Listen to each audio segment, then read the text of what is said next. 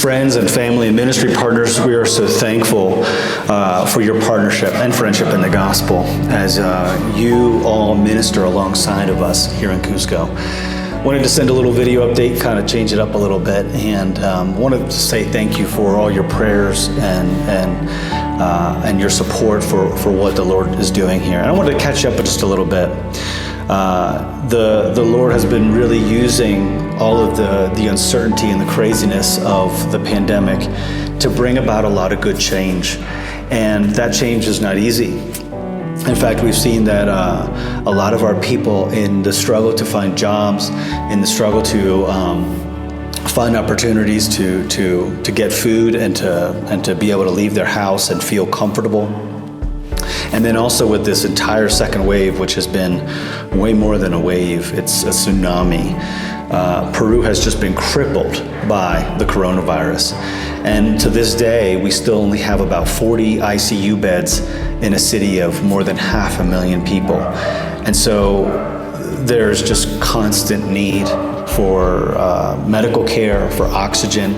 And unfortunately, that means that the death toll in this country has just been enormously high.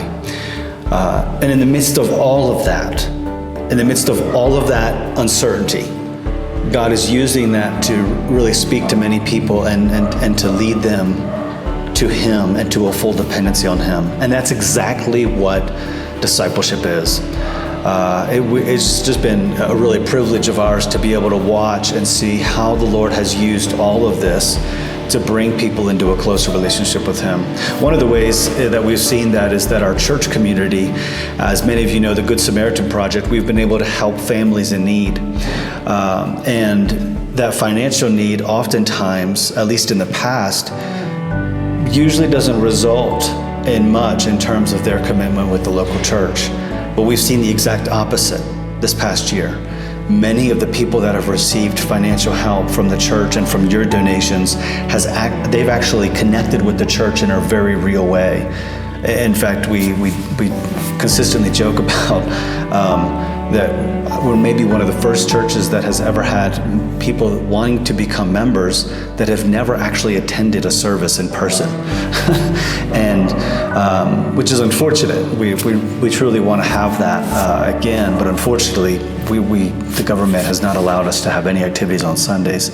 So pray for us. I mean, just pray for all these dynamics and these things that we have to figure out to be able to decide whether or not we do services on Saturdays or some kind of hybrid of online. But then also pray for our people as they've been involved also in the Good Samaritan Project. It hasn't just been your donations, but also the giving and the work of the hands of the people here. We have seen members of the church desirous to bring products and goods and food, meals to families that are suffering from COVID. Many Peruvians can't buy groceries for more than a couple days.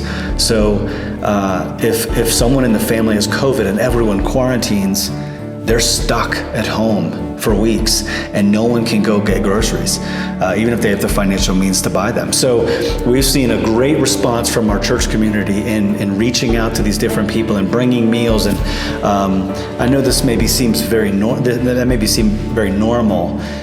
in North American culture, but here, families blessing other families that are not family is very powerful, and it speaks very highly of what the Lord has been doing in each of their hearts. And so it has been very encouraging to the point of tears for me, because that is truly what this new church plant has been about, in developing and strengthening this idea of what it means to be the family of God.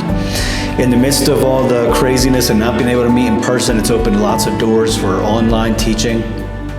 That has been a huge blessing, and I've been able to be a part of 2 seminary courses at the seminary in another city of Peru. I'm teaching courses on the Gospel of Mark and the book of Hebrews, and also a course on the doctrine of God, theology proper. And that has been really enriching to be able to walk alongside those students and invest in them. We just can't thank you enough for the ways that you guys love on us and bless us and pray for us in the ministry here. We do ask that you continue to pray for us and go before the Lord for us in continuing to strengthen our community. Give us wisdom as we mitigate these strange waters of pandemic and figure out how to really be the church in all of its fullness in the midst of very crazy times.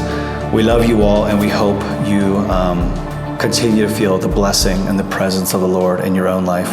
Thank you again. God bless you.